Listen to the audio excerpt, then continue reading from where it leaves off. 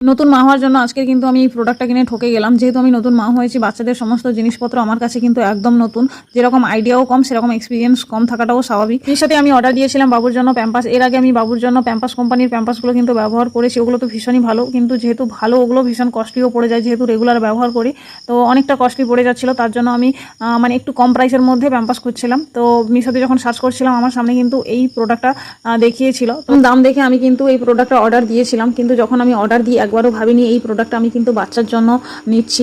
তোমাদের সঙ্গে শুধু আমার একটা কথাই শেয়ার করার ছিল, যখন বাচ্চাদের জন্য আমরা কোনো কিছু নেব, তখন কিন্তু টাকা পয়সা দেখলে হবে না। বাচ্চার জন্য যেই জিনিসটা ভালো হবে সেটাই কিন্তু নিতে হবে।